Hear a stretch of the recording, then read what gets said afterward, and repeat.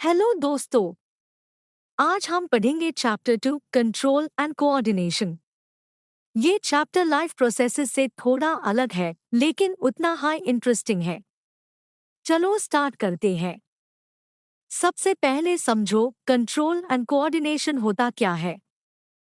देखो, हमारी बॉडी और प्लांट्स दोनों अपने आसपास के एनवायरनमेंट में होने वाले चेंजेस को सेंस करते हैं और उनके हिसाब से रिएक्ट करते हैं। जैसे अगर हम गर्म चीज को टच कर लेते हैं तो तुरंत हाथ खींच लेते हैं। ये जो रिस्पॉन्स है, इसी को बोलते हैं कंट्रोल एंड कोऑर्डिनेशन। ये काम दो तरीके से होता है, नर्वस सिस्टम से और हार्मोन्स से। चलो दोनों को डिटेल में समझते हैं। Topic 1, nervous system. सबसे पहले बात करते हैं नर्वस सिस्टम की। पहले एक टर्म समझो, स्टिम्युलस। स्टिम्युलस मतलब एनवायरनमेंट में होने वाला कोई भी चेंज जिस पे हमारी बॉडी रिएक्ट करती है, जैसे हीट, लाइट या टच। अब हमारी बॉडी में सिग्नल्स कौन कैरी करता है? एक सेल होती है जिसका नाम है न्यूरॉन। ये नर्वस सिस्टम का बेसिक यूनिट है। न्यूरॉन के 3 मेन पार्ट्स होते हैं। डेंड्राइट ये सिग्नल को रिसीव करता है। सेल बॉडी, इसमें न्यूक्लियस होता है। एक्सॉन ये सिग्नल को आगे कैरी करता है। और दो न्यूरॉन्स के बीच में जो गैप होता है, यूज बोलते हैं सिनैप्स। यहाँ पास सिग्नल केमिकल फॉर्म में पास होता है, एक न्यूरॉन से दूसरे न्यूरॉन तक। अब इन्फॉर्मेशन का पाथ याद रखो। पहले रिसेप्टर सिग्नल को पकड़ता है, एफआईआर नर्व से होते यू सिग्नल जाता है स्पाइनल कॉर्ड या ब्रेन तक, और वहां से वापस नर्व के थ्रू जाता है मसल तक, जिसे इफेक्टर बोलते हैं। पॉज। अब एक important topic, reflex action. Reflex action एक क्विक ऑटोमेटिक रिस्पॉन्स है किसी स्टिम्युलस का। जैसे एग्जाम्पल, अगर गलती से हाथ गर्म चीज पे लग जाए तो हम तुरंत कैच लेते हैं। इस प्रोसेस में दिमाग डायरेक्टली इन्वॉल्व नहीं होता, इसको कंट्रोल करता है स्पाइनल कॉर्ड। रिफ्लेक्स आर्क याद रखो, receptor sensory neuron, spinal cord motor neuron, effector muscle. अब बात करते हैं ह्यूमन ब्रेन की। ब्रेन के 3 मेन पार्ट्स होते हैं। पहला, फोरब्रेन। ये थिंकिंग, मेमोरी और वॉलंटरी एक्शंस को कंट्रोल करता है। हियरिंग, स्मेल और साइट भी इसी से रिलेटेड है। दूसरा, मिड ब्रेन। ये इनवॉलंटरी एक्शंस कंट्रोल करता है, जैसे बॉडी पोस्चर में चेंजेस। तीसरा, हिंड ब्रेन, जिसके 2 पार्ट्स होते हैं। सेरेबेलम ये बैलेंस और पोस्चर मेंटेन करता है। मेडुला ये इनवॉलंटरी एक्शंस कंट्रोल करता है, जैसे ब्लड प्रेशर, सैलिवेशन और वॉमिटिंग। ब्रेन को प्रोटेक्ट करने के लिए 2 चीजें होती है, स्कल यानी बोन बॉक्स, और अंदर एक फ्लूइड होता है जिसका नाम है सेरिब्रोस्पाइनल फ्लूइड, सीएसएफ, जो कुशनिंग का काम करता है। एक लास्ट चीज समझो, नर्व इम्पल्स कैसे ट्रैवल करता है। इलेक्ट्रिकल इम्पल्स न्यूरॉन के अंदर से ट्रैवल करता है, जब सिनैप्स तक पहुंचता है तब केमिकल सिग्नल में कन्वर्ट होता है, गैप क्रॉस करता है और अगले न्यूरॉन में फिर से इलेक्ट्रिकल बैंड जाता है। Topic 2, coordination in plants. अब बात करते हैं प्लांट्स की। प्लांट्स के पास नर्वस सिस्टम नहीं होता, वो अपना रिस्पॉन्स मूवमेंट और हार्मोन्स के थ्रू देते हैं। प्लांट्स में मूवमेंट 2 टाइप की होती है।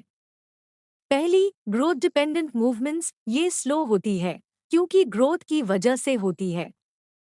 दूसरी, नॉन ग्रोथ मूवमेंट्स, ये फास्ट होती है, ग्रोथ की जरूरत नहीं होती। बेस्ट एग्जाम्पल है टच मी नॉट प्लांट, जिसे मिमोसा बोलते हैं, जो टच करते ही अपने लीव्स बैन कर लेता है। अब ट्रॉपिक मूवमेंट्स समझो, ये वो मूवमेंट्स है जो किसी स्टिम्युलस की तरफ या उससे दूर होती है। फोटोट्रोपिज्म, लाइट की तरफ या उससे डोर मूवमेंट। शूट लाइट की तरफ बेंड करता है, पॉजिटिव, और रूट लाइट से दूर बेंड करता है, नेगेटिव। जियोट्रोपिज्म, ग्रेविटी की तरफ या उससे डोर मूवमेंट। रूट ग्रेविटी की तरफ ग्रो करता है, पॉजिटिव, शूट ग्रेविटी से दूर ग्रो करता है। नेगेटिव, हाइड्रोट्रोपिज्म, पानी की तरफ मूवमेंट। केमोट्रोपिज्म, किसी केमिकल की तरफ मूवमेंट, जैसे पोलन ट्यूब ओव्यूल की तरफ जाता है। अब प्लांट्स के हार्मोन्स याद करो, ये एग्जाम के लिए इम्पॉर्टेंट है। ऑक्सिन सेल ग्रोथ और इलोंगेशन में हेल्प करता है, इसी से लाइट की तरफ बेंडिंग होती है।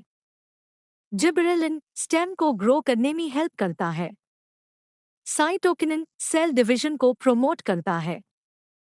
एब्सिसिक एसिड ये ग्रोथ को इनहिबिट करता है, इसे स्ट्रेस हार्मोन भी बोलते हैं, ये विल्टिंग कॉज करता है। टॉपिक 3, हार्मोन्स इन एनिमल्स।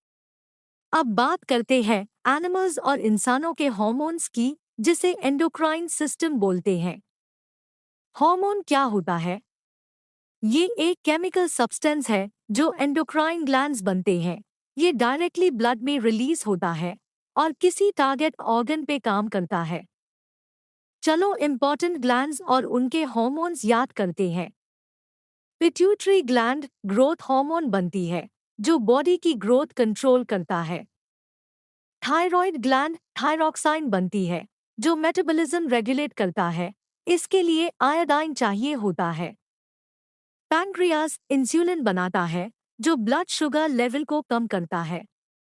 एड्रेनल ग्लैंड एड्रेनलाइन बनती है, इसको फाइट और फ्लाइट हार्मोन भी बोलते हैं। ये इमरजेंसी या स्ट्रेस के टाइम हार्ट बीट बढ़ा देता है। टेस्टीज टेस्टोस्टेरोन बनते हैं, जो मेल कैरेक्टरिस्टिक्स के लिए रिस्पॉन्सिबल है। ओवरी एस्ट्रोजन बनाता है, जो फीमेल कैरेक्टरिस्टिक्स के लिए रिस्पॉन्सिबल है। एक इम्पॉर्टेंट डिजीज याद रखो, डायबिटीज। ये तब होता है जब बॉडी में इंसुलिन की कमी हो जाए या बॉडी इंसुलिन को प्रॉपर्ली रिस्पॉन्ड ना करे। इसे ब्लड शुगर लेवल हाई हो जाता है। अब एक कॉन्सेप्ट समझो, फीडबैक मैकेनिज्म।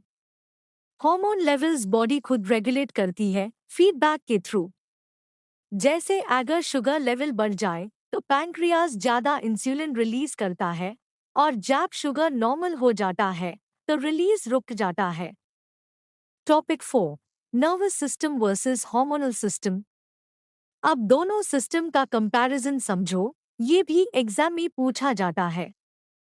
नर्वस सिस्टम का रिस्पॉन्स फास्ट होता है, लेकिन शॉर्ट टर्म होता है।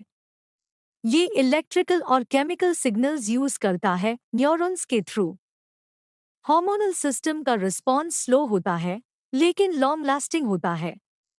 ये केमिकल्स यानी हार्मोन्स यूज करता है, जो ब्लड के थ्रू ट्रैवल करते हैं।